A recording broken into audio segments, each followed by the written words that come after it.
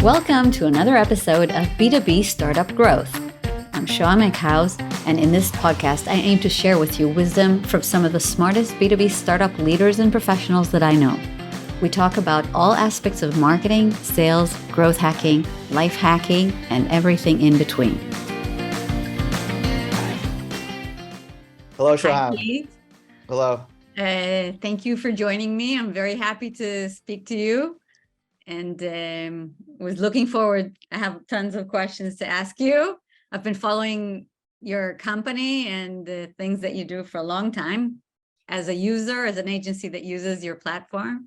Yep. So I'd love to start with just give a very short introduction so that everybody in the audience, if by any chance they don't know what Databox does, yeah.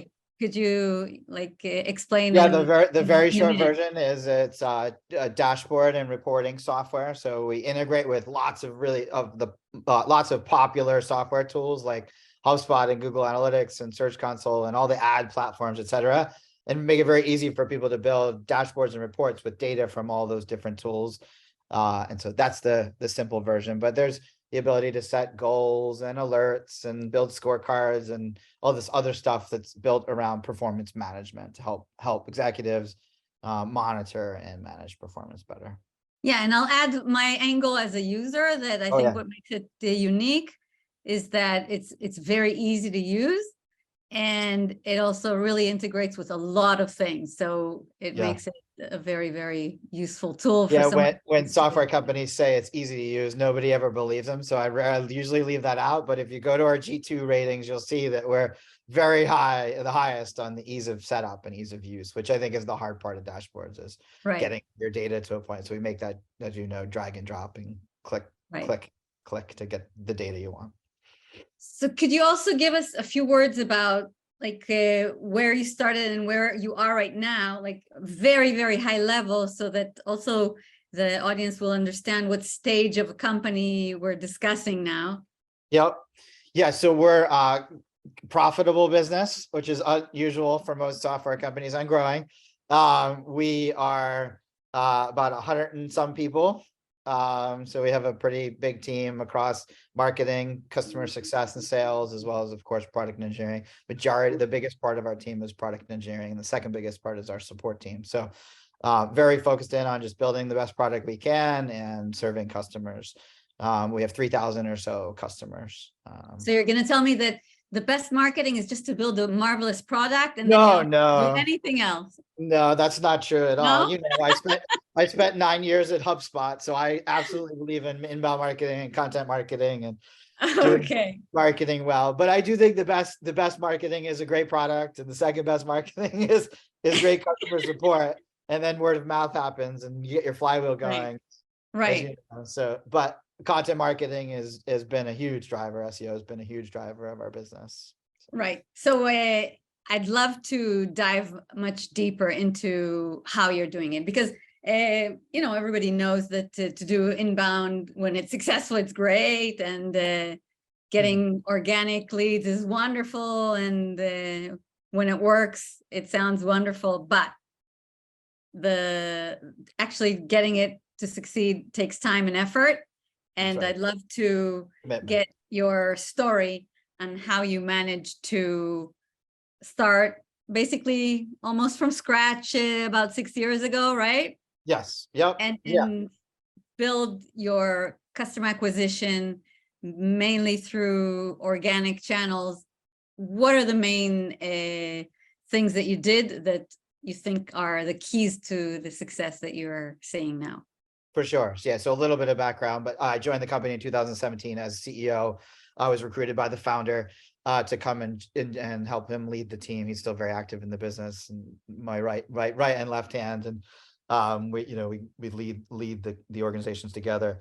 And so when I joined, they'd actually just pivoted to focusing in on more of a self-service kind of easy to set up, easy to use product. Previously, they were selling big contracts to large companies, really large companies. And so there was, at that point, there were really very few customers, a handful of customers. They hadn't really done much in the way of marketing. The domain authority of the website was really low. But what we started doing on day one, I did 3 things, and it was me and 12 people. The other 11 of the 12 people were product and engineering, and 1 person in customer support. So that gives you a picture of where we were when we started. And so I knew I had to do a few things. I had to generate demand, I had to sell those customers, and I had to onboard them. And so I just started doing that, starting with the top. And that involved me writing content about what the product did initially, and blog content, and putting that out there, and sending it to people, and capturing leads that way, getting some customers on board. And that was the very early thing. And about a few months in, once we had tens of customers paying us, that's when I hired my first full-time marketer and a first full-time person that did customer onboarding. And then shortly thereafter, I hired a salesperson. And on the marketing side, what we started doing is crowdsourcing content, and writing these really long form, multi-perspective articles about topics related to our integrations. Because we integrate with so many tools, there's almost an unlimited number of topics that we can cover. So we can talk about how to improve metrics using HubSpot, how to improve metrics using Google Analytics, how to look at your QuickBooks data and interpret that, right? So there was so many topics we could cover. So we prioritized around marketing initially and started crowdsourcing content related to marketing. And that helped us really build up our search traffic. And it's something we still do today. And over the years, we've crowdsourced insights from more than 30,000 people in our content. Wow. Yeah. That's incredible. So let's dig into that a little bit more, because I think most marketers that are likely to be listening to this know that the marketing 101, you write some content about your field, and you hope that will help you rank for terms. Yeah, right. But you guys really took it to a whole different level when you say you have 30,000 contributors to your crowdsourced content. Yeah. I want to we've also written more than 1,000 perspective. articles, more than 1,000 articles. More than 1,000 articles. Yeah. So yeah. I want to add to this. My question is, how do you make sure that how do you gain such quality content? Because I look regularly at your content because you often really have very, very high quality content. Thank you. So, and it's rare. I mean, I get so many newsletters that I don't read, I admit.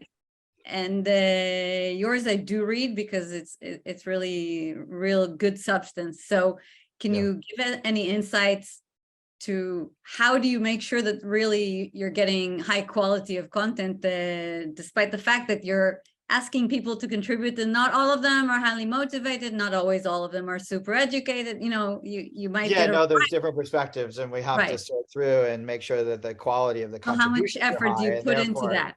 The content. Yeah.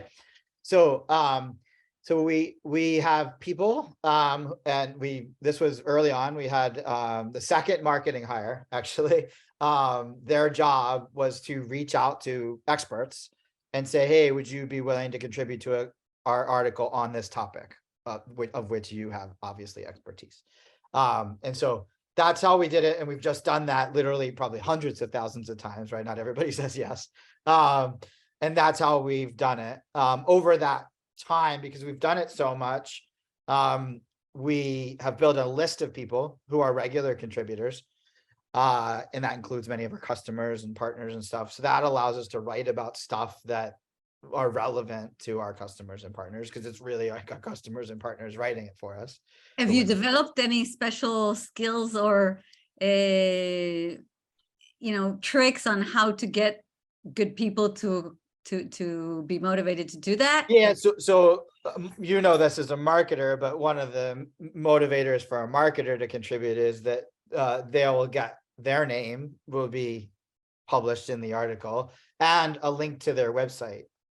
which helps them from an SEO perspective. So those are the two motivations, and marketers know that right away. When we do this outside of that, we often have to explain to them like, hey, we're writing an article on sales, and an article, a link from our website to your website is valuable for you. We will link to you if you're willing to share some of your insights.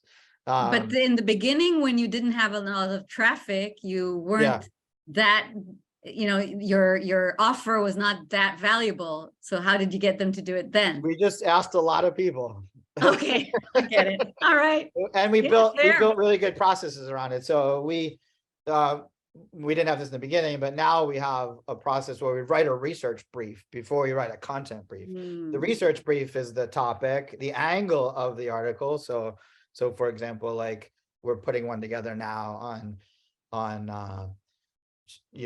what ad platform do you plan to spend more money on next year or this year? And why? And so we're doing that research. We look at what people might be doing, why they might be doing it, and then we form questions, often limiting multiple choice questions and open-ended questions that get to the heart of that angle, and allow us to not just gather quotes, but also gather data so we can put together a graph to say, 80% of marketers are going to spend more on Google ads or less on Facebook ads or whatever that insight might end up being.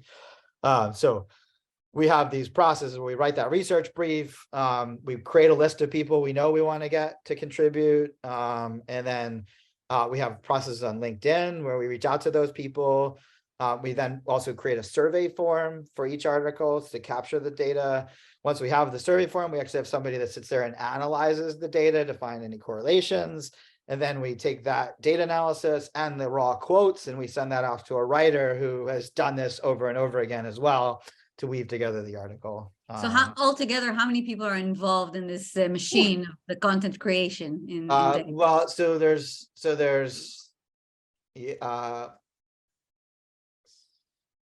like including the external writer, because they're all freelance, eight people, like 7 people on our team focused on this, and then an additional person, which would be the writer.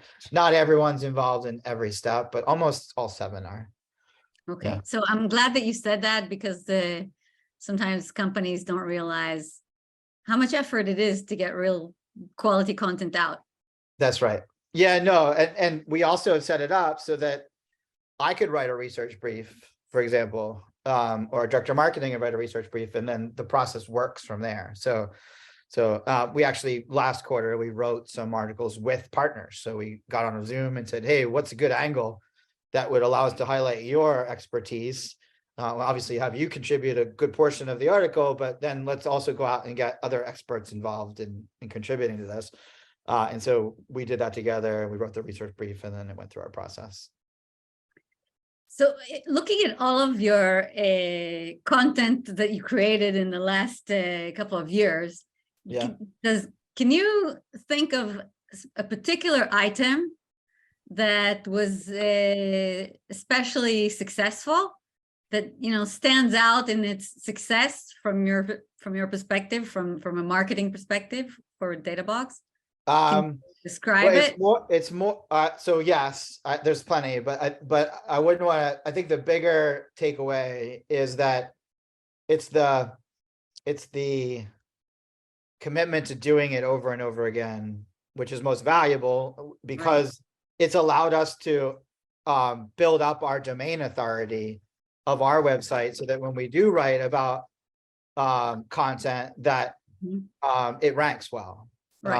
Right. It's also allowed us to go and write really high intent pages like Facebook ads dashboard software or Facebook ads dashboard template, and rank for that type of thing. Because our domain authority is so high. So that I'd say is the most important thing. But what's really done well for us is longer form surveys. So we're at the point where we do one longer form survey with like 40 questions on it. And that allows us to create a really in-depth kind of state of type of report. We did one specifically just on Facebook advertising. We have 2 that are in motion now, one about to be published on how B2B companies do the reporting, how frequently, what metrics they include, all that stuff. And then we have another one coming out that's just about marketing, how marketing agencies do client reporting. And so because we have these great processes for building surveys and crowdsourcing responses, like we're able to produce these, get hundreds of people to respond to these, and produce really authoritative pieces of content that then attract lots of links over time. Like our Facebook ads one has hundreds of links into it. Also, because we do like 3 or 4 multiple choice questions on every article we crowdsource, and we'll do between 3 and 5 a week. We've been able to take a lot of those insights from those shorter surveys, maybe call them polls, because it's usually 30 or 50 people that respond. And we put that together in a statistics post. So we'll have like a SEO statistics post where we include just our SEO statistics that we're able to glean. And so it's original content that people often cite in their articles and link to. So you're not surprising me when you're actually pointing out that because you're writing to marketers, salespeople, and those love to compare benchmarks.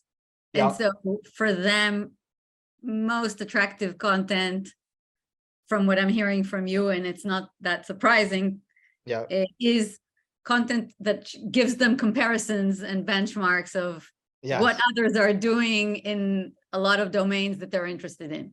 As you know, I think I know where you're going here, but I'm a big fan of benchmarks. And like, there's 2 questions that everybody constantly asks themselves in life and in business, but sticking to the business, it's like, how does my company compare performance-wise to other companies? And what are those top performing companies doing that I'm not, or vice versa, right?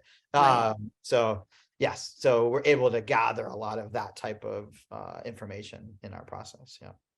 Does it help you when you try to gather that information? Do you always promise anonymity to the companies that report?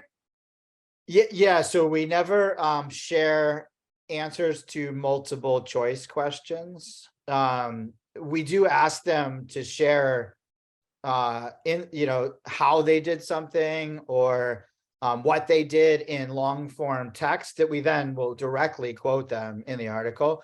But if it's a question of like, how big is your Facebook ads budget, select from, or enter a number, or select from, these options, we don't share that information. We keep. But when you're asking these questions, do you tell the we make it very clear. Exactly what's anonymous and what's going to be? we actually introduced the idea in the beginning of the survey, where we'll say, the multiple choice questions are anonymous, these ones are not, right? So and we'll make that real clear. It's actually separate pages of the survey to make it real clear to them. Right. I'm asking you because I remember myself answering such a survey, and I remember I was impressed by the clarity, and I think it's really contributing. But I'm thinking, like, if somebody else is listening to this and they're not a benchmark dashboard company, okay, they're looking to generate content around their domain expertise. What do you think they could take from that? I mean, not everybody can run anonymous surveys, right? I think running anonymous surveys, or leaving the sensitive information out and just gleaning the story, right? I think you could host a podcast to do the same thing, where you're asking me questions and I'm going to answer them. So I think the important thing, which is even more important now than it ever was, is that if you're doing content marketing, you must do primary research. You must go to the source of the information and gather it. You cannot just go to the internet or ChatGPT and ask it a question and then post that kind of content on your website, right? Or look at what other people have written and copy or tweak it and write that. It's not going to stand out. People aren't going to share it, and Google's not going to surface it. And you might even get penalized if you're just, ripping stuff off a chat. How would you get penalized for it? Because, the chat GPT can give sometimes really nice answers. I've been playing with it so much. And have you? No, it's really impressive. I think if you're looking to answer a question where an answer exists, I think it's amazing. And so I see it as a competitor to search more than I do as a competitor to content marketing. Because, if everybody uses ChatGPT and publishes content, like, there's nothing remarkable about it. It's just regurgitating what the internet already knows. And then Google has said that they can detect when it's being used. I don't know how they're doing it. Do you believe that? Do you I believe believe them that them. they can Yeah, detect it? absolutely. I don't know. I have no idea. I have no inside knowledge. But my guess is, yeah, that they could detect that because they have algorithms that can do the same, and their algorithms are beyond ChatGPT. They've been working on it for much Really? longer. You give them more credit than I do. No, they've said it. They've said that they can detect it, and You I know think what? It that there's reminds me of my mother used to tell me when I was oh, little that she can always tell if I would to lie. If I would to okay, lie, she would know, got right? it. So you're So skeptical she of the told me things they that, say. and I I like that. believed her Yeah, until one day I didn't believe her anymore. yeah, that's funny. Yeah, so Okay, who knows? Who knows? so who knows? Yeah, But assuming that companies that are, applying standard SEO methodologies, yeah, they today make an effort to write a lot of content, right? To create yeah. content. Do you think that looking forward from what you're just, your guess, looking forward a year or two, would you guess that companies are going to use AI in different ways to magnify their content creation capacity? Yeah, I'm sure there's going to be some innovations around it, whether it's, helping to do some of the research, maybe helping to create an outline, maybe doing the editing. I think not everybody's English is, has a mastery of English, but everybody has ideas. And so if AI can help them form more effective copy, then I think it will make sense. And I think some of the stuff already out there now does that. So absolutely, I think it can be an assistant. So do you think that the whole SEO game is going to change in light of that? Because everybody will produce more content and it's going to be a different sort of a little bit of a different Yeah, if ballgame. anything, I think the rich will get richer and the poor will get poorer, right? If the cost of it goes further down, I think the companies assuming Google doesn't change the basics of their algorithm, which is, leveraging the authority of the domain, then I think the companies with really good domain authority will have an easier time producing lots more content that will be ranked. But it still needs to be quality. I still think primary research is important. But yeah, I think it'll just be maybe make the game a little harder. Yeah, I think it will. Yeah. Actually, I asked As opposed to easier. ChatGPT this question. Just, What's that? lately I've been dealing with this, like how to make sense of how the search algorithm will figure out what is really authoritative. Right. And so I asked ChatGPT and it told me that they're going to put a lot more emphasis on authority.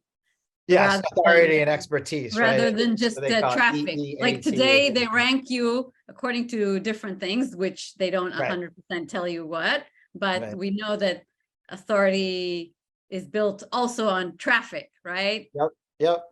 So my guess is that the ranking will lean more and more towards things that point to your authority.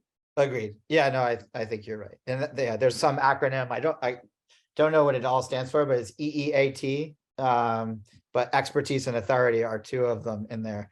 And so, yeah, I agree. I don't know what ways they have of determining authority or expertise. Like I know that in the previous, they had author rank. Previously, I don't think they talk about that anymore, or that is the way they do it. But my guess is there's authority around individuals as well as authority around companies, and they have measures of that in some way. Okay, you also mentioned something that I like, and I agree with that you need to make content that's remarkable if you want to really stand out. And remarkable is not something that's will easily be generated by the AI. So I agree with that completely. Yeah. So I'll ask you not about, I mean, you've been out there for a long time in this field. Can you think of a remarkable piece of content that you came across, not from Databox necessarily, from any company that you've come across lately, something remarkable, left a mark on you, and you can say, wow, this is really different, and that's why I really like it. Got it. Think of something like that? Yeah, problem is I see lots of stuff like that. I think I don't know if that I could like point to one where it's like this changed the way I think, but I often take content and share it with team members to kind of illustrate a point or share a lesson internally. And the stuff like the stuff that stands out to me are stories of how other companies have done stuff. So in B2B, it's the storytelling part of it that I think is the key piece, because I want to see like, what exactly did you do? How did it work for you? And then like, tell me more about you so that I can see if that fits into my situation or not. And so I gravitate to the stories where companies say, I did this, it worked this way. Here's exactly how I did it. And, you know, here's why I think it worked, right? I want to hear that logic. I don't want to read another how-to article or the listicle of like 50 ways to do something, or that just doesn't appeal to me unless it's 50 stories about how somebody did, you know, how people did something, then I'd be interested. So I think it comes back to that like human connection in a way. So like putting AI aside, it's like we need to all get better at telling stories of our customers, stories of our partners, stories that are relevant to the audience we want to build. Okay. I want to, I can't not ask you about the channels, about building channels for a B2B company. Okay. Because I see you as one of the world's experts on that. So maybe some of the audience don't know your background, what you did before Databox. Could you say a few words about what you did in HubSpot?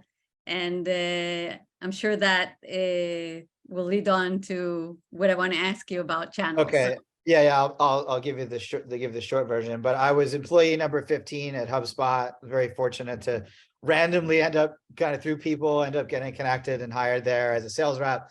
I had previously run my own startup where I did sales and marketing and digital marketing. So I had a background in that for 10 years or so.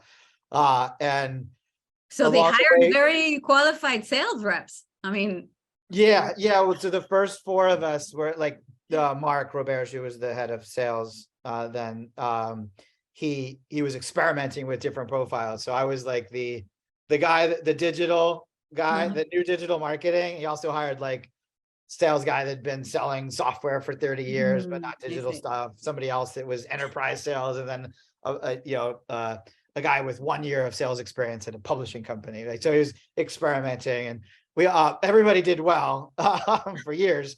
One person's still there, believe it or not. Wow. Dan Tyre, you probably know who he is. Yeah. And so anyways, I was that fourth sales rep, 15th employee.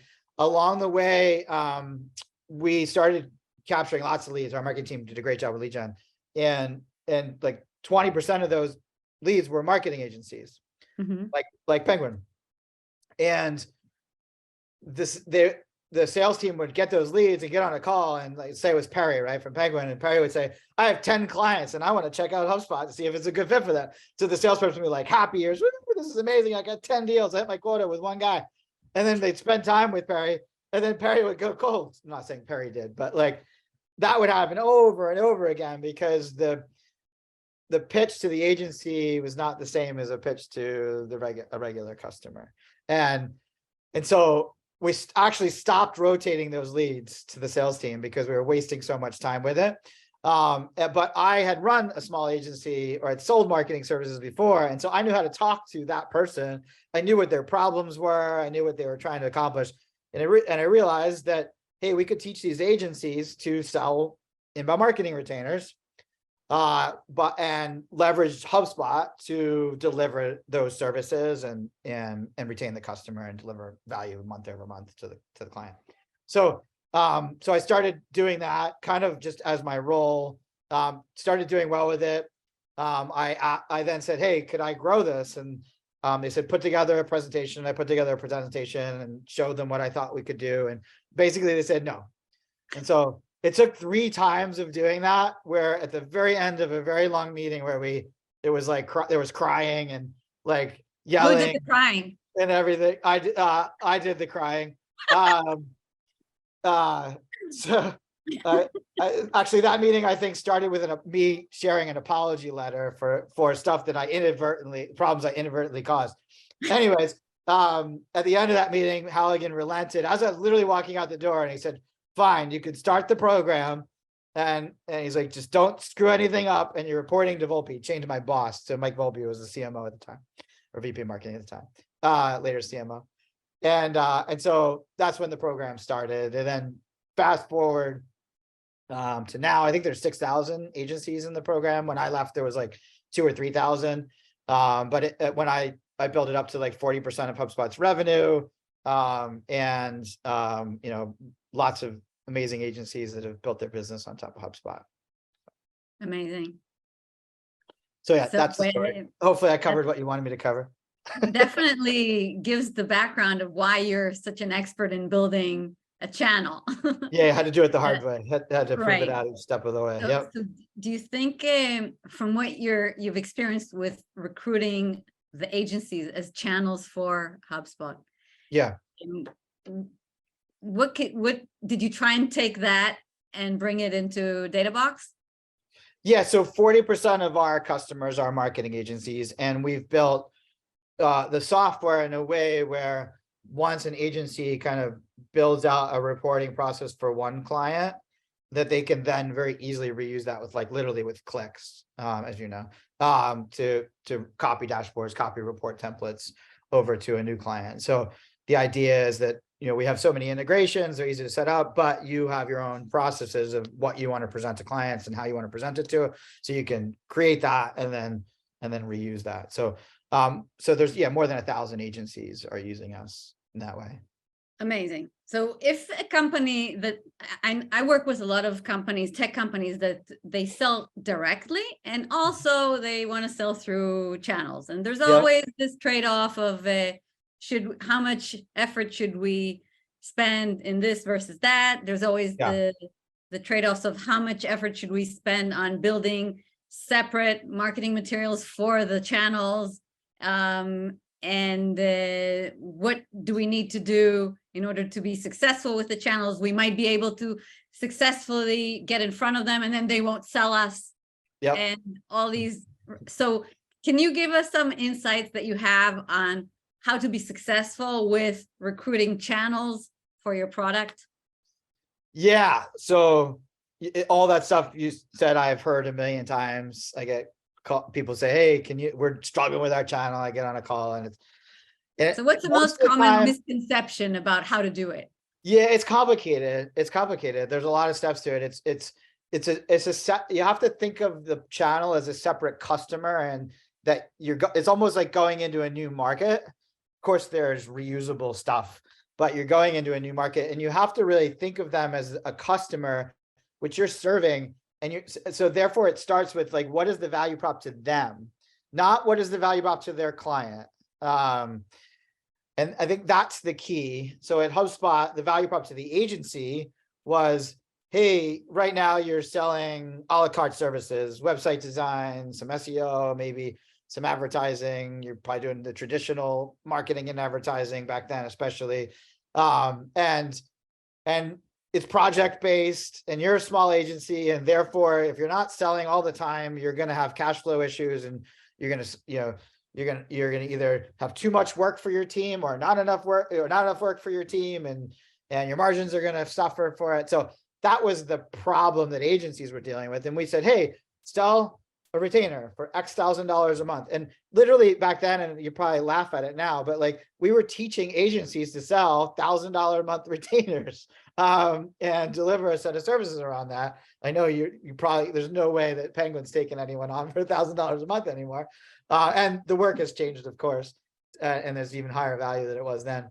But that's what we were teaching, and that was just a savior for agencies. So at Databox, it's a little different, and that we're a little bit more of a utility for the agency, but we had to build capabilities that are agency specific in order to serve them. So it wasn't just hey, we have a product that other people that agency clients would like. It was more of hey, do we have a product that works for the agency, and what is the agency's workflow and their processes, and what do we need to build for that? So And then we have another product coming out, as I think you know, that as I do know, I know you know, that is tailored very much towards helping agencies build a benchmark of their own. Right. Maybe you want to share a little bit about that offering? Yeah, sure. So as we talked about in the beginning of the episode, we're all into crowdsourcing. What we've done to date mostly is crowdsource insights on how to improve business performance. So what we built, and it took us about a year, but it's built on top of all of the technology that we've been building for years, is a tool called benchmark groups. And what it allows mostly agencies, we have some consultants using it as well, sales consultants and even accounting firm using it, but it allows them to go and say, I want to build a benchmark group of companies in a specific industry. So companies in SaaS or technology that meet this criteria. We have somebody that's just doing a benchmark group for EdTech, educational technology. And so what they can do is choose the metrics they want in the benchmark, really simply, just like setting up a dashboard in Databox just by clicking them. And then they just can invite or add clients. They can add clients or invite prospects to join the benchmark group. And then once 15 companies join, the benchmark is automatically calculated for them. But I was trying to form a benchmark group for myself. Okay. And for myself, meaning for my agency, Yep. around specific domains that we serve. Yep. And then I was dealing with the challenge of we do have a lot of clients, but not that many per domain, Right. so that I could promise them the anonymity of big data. So how Right. would you suggest to deal with that? Yes. So what we have now, so you're using Databox for your reporting platform, so you already have clients in there. So it would make it very easy. You just click all your clients and create a benchmark group. But what you're saying is that one's, say, in SaaS, one's hardware or something like that. So Right. It's apples to apples to include them in the same group. So you might want to have a SaaS group. And they're different sizes and different stages. Right. So you might want to start by including them in your group, but then you also might want to have separate groups where you want to focus, right? So if you as an agency want to focus in on SaaS more or hardware more, then, or companies of a certain size more, then you could have a second group. And you would then have to recruit new members. But what a lot of agencies are doing is offering that as a free service to prospects. Because it literally takes the prospect, 30 seconds to sign up and connect their Google Analytics, and they get a free benchmark report so they can see how they compare. So that's what a lot of agencies are doing now. Cool. And then, of course, we've created groups. So over the last year, we've been asking companies to opt in. So we have 14,000 companies opted in. So if somebody goes to benchmarks.databox.com and just searches like SaaS or marketing agencies, or they can even tailor it to company sizes and choose, and it'll show them groups that they can instantly join. And so the more users we have there, the easier it will be for us to work together to form more niche groups and have more apples to apples comparisons. Cool. All right. So I think we have a pretty good picture of how you bring in leads for your company. Yes. Can you share a little bit about what the funnel looks like after the lead comes in? Yeah. So we have a unique challenge in our business in that we're selling custom dashboards and custom report creation tools. So every user has unique needs. Now, there are, of course, common needs across companies, and we've built integrations in a way that they can very quickly maybe get to 70% or 80% of what they would want. But then there's always some customization afterwards. And so we've approached just our sales process as just being as helpful and responsive as possible. So in app, when somebody signs up for a free product, in app, they can ask any question they want, and we get back to them within seconds on average. So our response time is really high. We have a team there, obviously, doing that, and that team also has that to free customers who are on the free plan. Users. Yep. That must cost you a lot. Yeah, it's not inexpensive. we get a payback on it, but it's not inexpensive. Because most companies wouldn't would really hesitate to put that kind of SLA for free users. Yeah. So we have 5,500 people signing up for our free product every month. About 1,000 of them sign up for a trial of our paid version after they're in the free product. So they'll either hit a limit or want to try a feature that's not in the free version. We spend more of our proactive effort against those 1,000 prospects because they converted at a much higher rate to customer.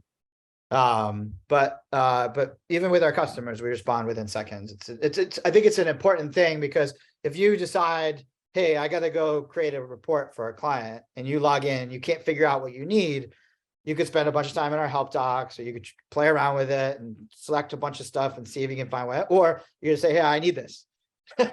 And if we can provide that answer, then it helps with both acquisition and retention of our customers. So that was our first investment we made when we started to build out the customer success organization, was to just focus on being responsive. Since then, we've actually promoted a lot of those people into roles that are more sophisticated. So we have a sales team. We have two sales engineers that will help with even more complicated stuff, like implementing integrations with SQL databases or integrating data directly from APIs. We have an customer onboarding team that will onboard customers after they purchase. We have an account management team that will stay on top of customers and be responsive to their needs if they have more sophisticated needs. So we've built out this system over the years to. Do you also invest in proactive advocacy from your clients? Like customer advocacy? To do that? Well, I don't know what you mean, like getting our customers to advocate for us. Yeah, getting your customers to write, to bring in, to recruit further contacts. Do you have any mechanism? We're not that good at that. No, we have a product marketing team that up until this year was very focused in on driving free sign up volume. And so now we're shifting them. It's a small team of 3 people, shifting them over to focus in on product marketing, customer marketing. I imagine we'll get to customer advocacy at some point. We do have a little bit of like a viral mechanism in our new products, where we prompt users to invite other companies to join the benchmark groups. And then of course, agencies can invite people to the benchmark groups. So and agencies are often our customers as well. So there is some virality that we hope to build there, but it's a little new. We just launched that product last month officially. Do you do any paid channels?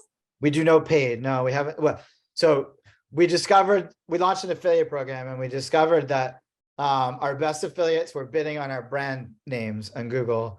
And so clearly that's traffic we've earned already. So we changed the terms on that so that they can't do that. And we police it now.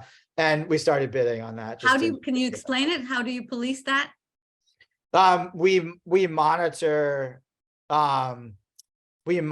the source of those signups. And we look at spikes really, because oftentimes those people generate a flood of signups quickly, and so then we can trace it back, and then we'll go to Google and see if they're advertising or not as well to verify. But yeah.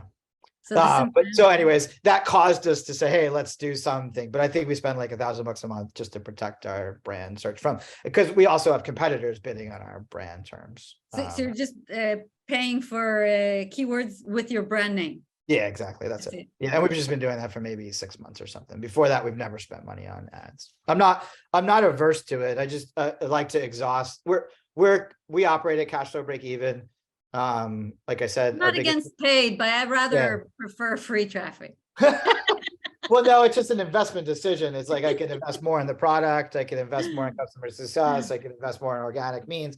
So I can invest more in our partner program. So there's all these ways that I think maybe don't have as a quick or as a simple ROI as say paid ads would, but allow us to build for the future and get, an investment now can give us future ROI at incremental cost. But a lot of people who might be listening to this might think to themselves, okay, he's able to not do paid and talk about high intent SEO terms because he's got lots and lots of ranking keywords. Sure. And my question then would be, could you share how long it took you to really build that up? Because some people might think that, oh, it sounds very simple, straightforward. I understand the theory, I'll go do it. And they think, okay, let's see for a whole quarter if it works out.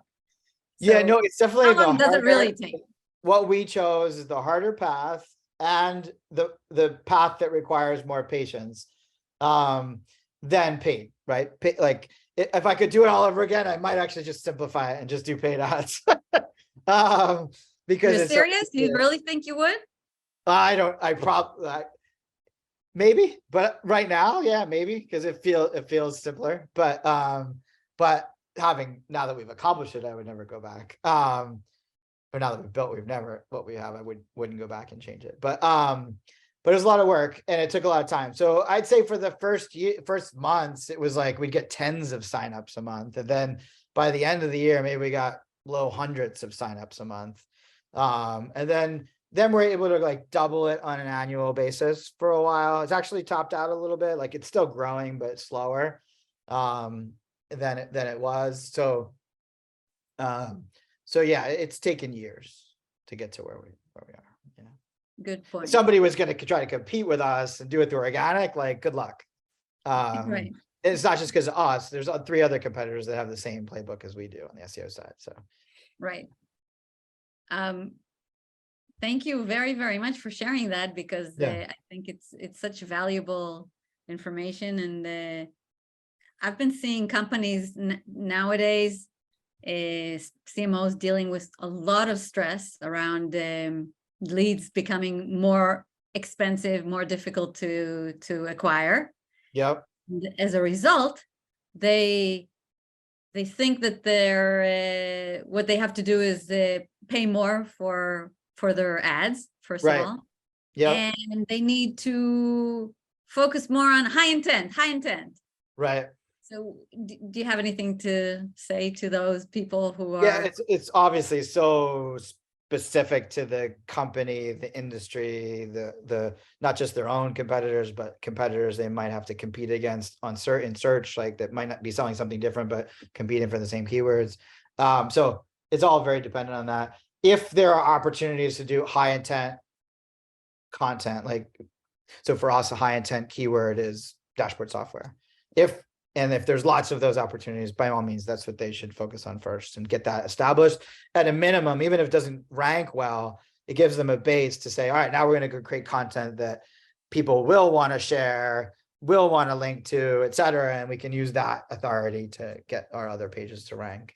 And so that's a no-brainer marketing investment from my perspective. At least, could be 5 pages, 10 pages, 50 pages, I don't know, but get something so that you have something there to point people to. If they also, those pages will tend to convert. So like you're building lead capture mechanisms that are useful, not just for search traffic, but for other types of traffic you'll generate, or even just for your sales team to reference when they're talking to someone. So I think that's important. But I wouldn't necessarily, if I'm a new company or have a low domain authority, I'm in a niche business, I wouldn't try to create as much content as Databox did, or as much content as HubSpot did, right? I would focus in on creating demand more through things like a podcast, a personally written newsletter, and social publishing. All those 3 things kind of require primary research. And so what you're doing is you're interacting with your buyers and your customers in a public setting almost, right? Through a podcast or through LinkedIn. And you're getting exposed to the audience and the people that they know. And so that it's like old school networking, where we used to go to events and exchange business cards and meet the people that we don't know, but through the people we already do. And just think about how fast you can do that through digital, through podcasts, through social publishing, through a newsletter. And that's where I would focus is on that if I were getting started out. We're doing a lot more of that now. So yeah, thank you for pointing that out. I can't agree more. Yeah. It's kind of like we're going back, right? It's A little bit. Yeah. It's back to a little more one-on-one, but in a public setting, you don't have to get in your car and drive to the networking event or conference, right? You can do that 24/7 and reach a lot of people asynchronously. But yeah. Right. Okay, so I'm nearing the end of this session. I'd like to ask you before we close a question that's trying to take you back as many years as you'd like, Okay. and ask you, is there anything that you think that you know today about generating growth for a company, which you wish you had known when you started the Databox? Yeah, I think one of the things that we've done a better job recently of is implementing objectives and key results. And like I said, we have 100 plus people on the team, so it's a pretty big team.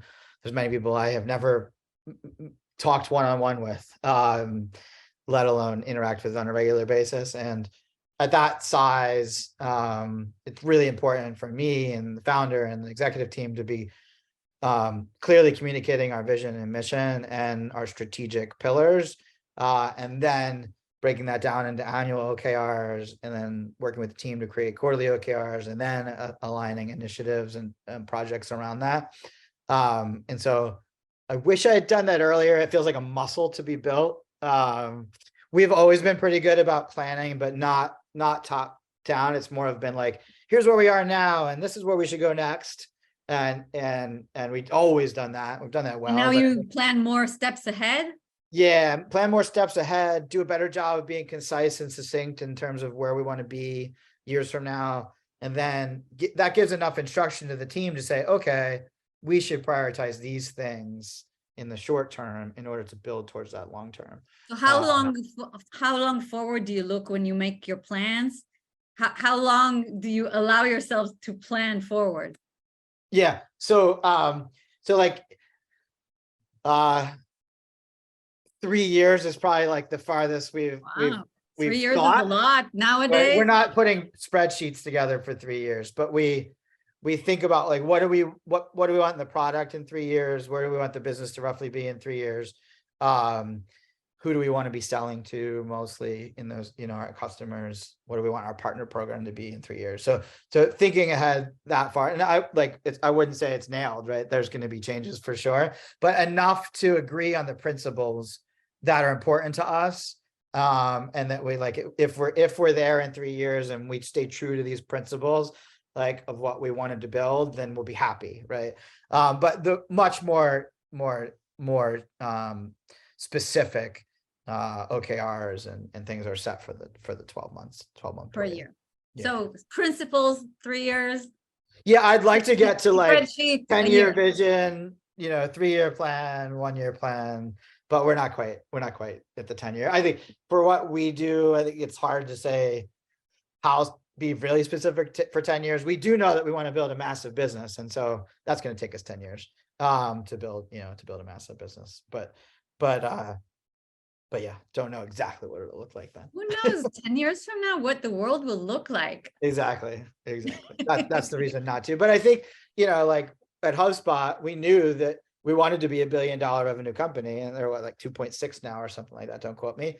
But we knew that it wasn't something like we've plastered on the walls, but the executive team knew that's what we were shooting for. And so therefore we made pretty big decisions that supported that. So is Databox going that direction as well? Yeah, I'd like to build your aspirations. Why should I do it again if I'm not going to do it? Yeah, exactly.